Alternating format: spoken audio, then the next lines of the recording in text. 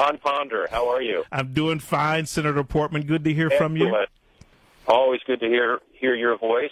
Thanks for having me on again. Well, thanks for being on. Ironically, we had tried to get you on last week. We went through Anna Sugg and some of the other Romney folks, and then Kevin called yesterday. So we said, yeah, let's talk to Rob. We haven't talked with him in a while. Well, I always love talking to you, and I love the opportunity to try to correct the record on some things. Well, that's good. That's what we like to try to do around here. First, let me tell our listeners that Rob Portman's a Republican senator from Ohio, of course, and most recently, Senator, you played President Barack Obama in the debate preparations for Governor Romney. Is that correct? That's correct. That's correct. Now, to me, that would have been fun. I would have enjoyed that. Well, it is interesting. You know, you get to know the positions well, and you have the opportunity to delve into not just the political rhetoric, but what's behind it to be able to understand it. Because in a debate, you never know what's going to come up. You got to be on your feet and ready to respond. So it's a good exercise to go through. Boy, that would have been fun to do. Now, I saw the latest poll that came out this morning for the state of Ohio from Survey USA that shows Ohio is still leaning toward President Barack Obama by 3 percentage points. Do the internal polls on the Romney side show the same thing, or do they show the momentum from the Romney side diminishing that 3 points even further? Well, you know, the internal polls, I guess you're not supposed to talk about, but I do anyway, just because they pretty much say what the other polls say, and it's a dead heat. I mean, it truly is a dead heat, Ron, and I would tell you otherwise. And if you look at the last 5 polls in Ohio, one has Romney up 1, one has Obama up 1. I think the RCP average, which is that whole Real Clear Politics average, has President Obama up on average less than 2 points within the margin of error, of course, of these polls. So it's a dead heat in Ohio. And, it's going to depend, therefore, on those undecided voters. And I still think there's a bigger group of them than the 3% that the Rasmussen poll showed yesterday. I think it's bigger than that. But it's going to depend on where they come out, and then it's going to depend on turnout. And I just feel, as you know, very strongly that we need a new direction, that what we've done the last 4 years has not worked to get the economy on track the way we'd all like to see it. And I think we have some good alternatives that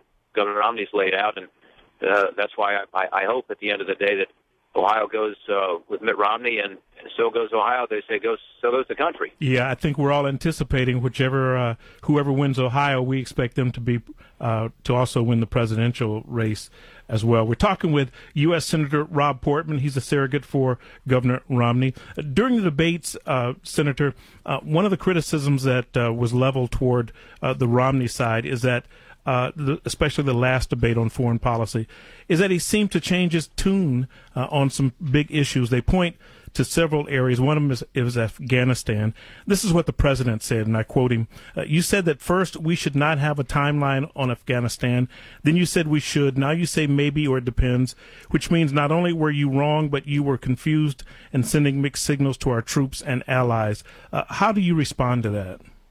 Well, I think Governor Romney did a pretty good job responding himself, but I'll just tell you what the facts are. Governor Romney said from the start, don't put out publicly what your time frame is, because what happens is then both your allies and your enemies respond to that. In other words, the enemies wait you out, and your allies have a harder time sticking with you. And so what he said is set a deadline for yourself internally, work through it with your commanders on the ground, make sure it makes sense to move the Afghans up to the fight.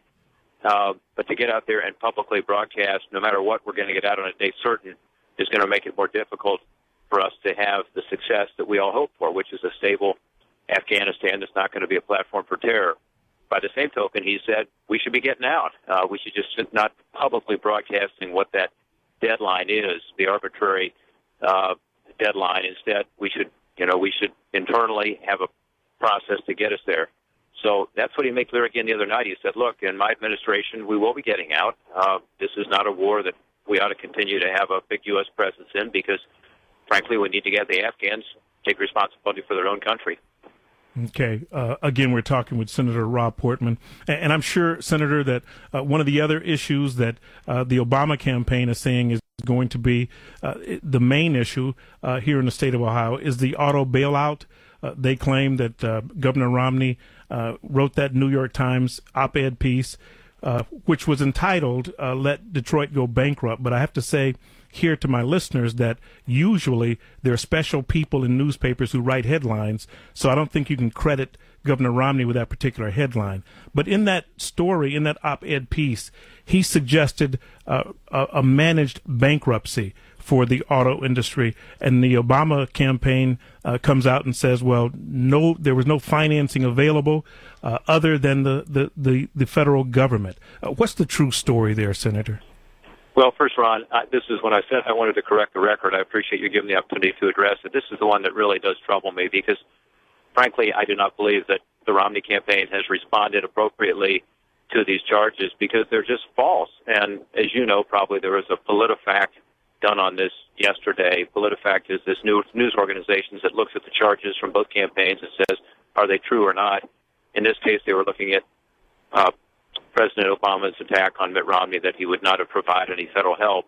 In fact, he did specifically say there ought to be federal help, and so the PolitiFact came out and said that President Obama was wrong, that his attack was false. And so I do believe that we need to be careful here because the fact is that it was President Obama who took the companies through bankruptcy. Yes, it was a managed bankruptcy, as Mitt Romney had suggested, and it was President Obama who is now running ads saying, Mitt Romney wanted to take these companies through bankruptcy. People don't realize that's what President Obama did. It's also true that Governor Romney said that there ought to be federal guarantees on the loans, which is the federal assistance part.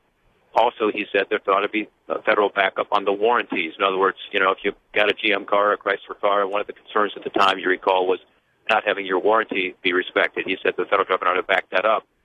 So it is just inaccurate. Unfortunately, I saw that President Obama yesterday at a rally in Ohio said that if Governor Romney had been president, there would be no U.S. auto industry today. That's irresponsible. It's reckless. I know we're close to an election here, and it's the political season, but that's just not accurate. This is why you probably have seen this, but Lee Iacocca, and Ron, you and I are old enough to remember who Lee Iacocca is. But, Speak for yourself, Senator. Nobody is more pro-auto business than him. He's the guy who saved Chrysler back in the 80s. He is supporting Mitt Romney, and as you know, he's supported Democrats in the past. Also, the former CEO of Chrysler has now come out, a guy named Sperlich. And folks can look this up and said, look, the Romney plan for Chrysler and for GM was a better plan. The quote is, the Romney plan was far superior. It provided government-guaranteed private financing, similar to what we did with Chrysler back in 1980. And, he just believes this would have helped the company more because it would have put them in a better position going forward. So I just want folks to know that. I mean, look, people are going to vote on a lot of different issues, but please do not believe that Governor Romney would have taken these companies through a process that would have not allowed them to come out at the other end. He, of course, wanted them to come out at the other end. And frankly, what happened in Ohio, was really mixed. I supported us having a federal involvement at the time. As you know and I have talked about this before. I did not oppose it. But I also expressed concerns that we were losing a lot of jobs in Ohio because we had 120 dealerships shut down. We also lost 3 plants in Ohio, as you know, including the powertrain plant in Parma. And we had a lot of retirees at Delphi, many of whom listened to your program, who were left behind. They were cut out of the government deal because it was picking winners and losers kind of a government approach. And they're the ones that saw their pension shrink by up to 70%, along with the loss of their health care they were promised, their life insurance benefits. So this was not the perfect process. It was sort of a political bankruptcy that President Obama took the companies through, and it did have some negative consequences to folks in Ohio. Okay, Senator Rob Portman, we see that Governor Romney and Paul Ryan are going to be at Hoover High School on Friday. Will you be there with them? I don't know yet, Ron, but if you're going to be there, I'd consider it. Senator Rob Portman, my running buddy. Well, listen. Tell Stefan I'm going to get up and see you soon. Yeah, he's sitting right here with us. Well, I tell you, it's always a thrill to speak with you, Senator. I think you're doing a good job. I want you to continue to do so. And maybe we'll talk again before the election, but I know we're going to talk again. Well, I look forward to it, Ron. Thanks so much for letting me come on. I appreciate you letting me talk about the auto issue a little bit. You got it. Senator Rob Portman. 330-450-1480. That's our phone number. If you'd like to comment on that, you can feel free to do that. Senator Rob Portman, as you know, is one of Ohio's two senators. Sherrod Brown is the other. And it's always good to talk to Senator Rob Portman.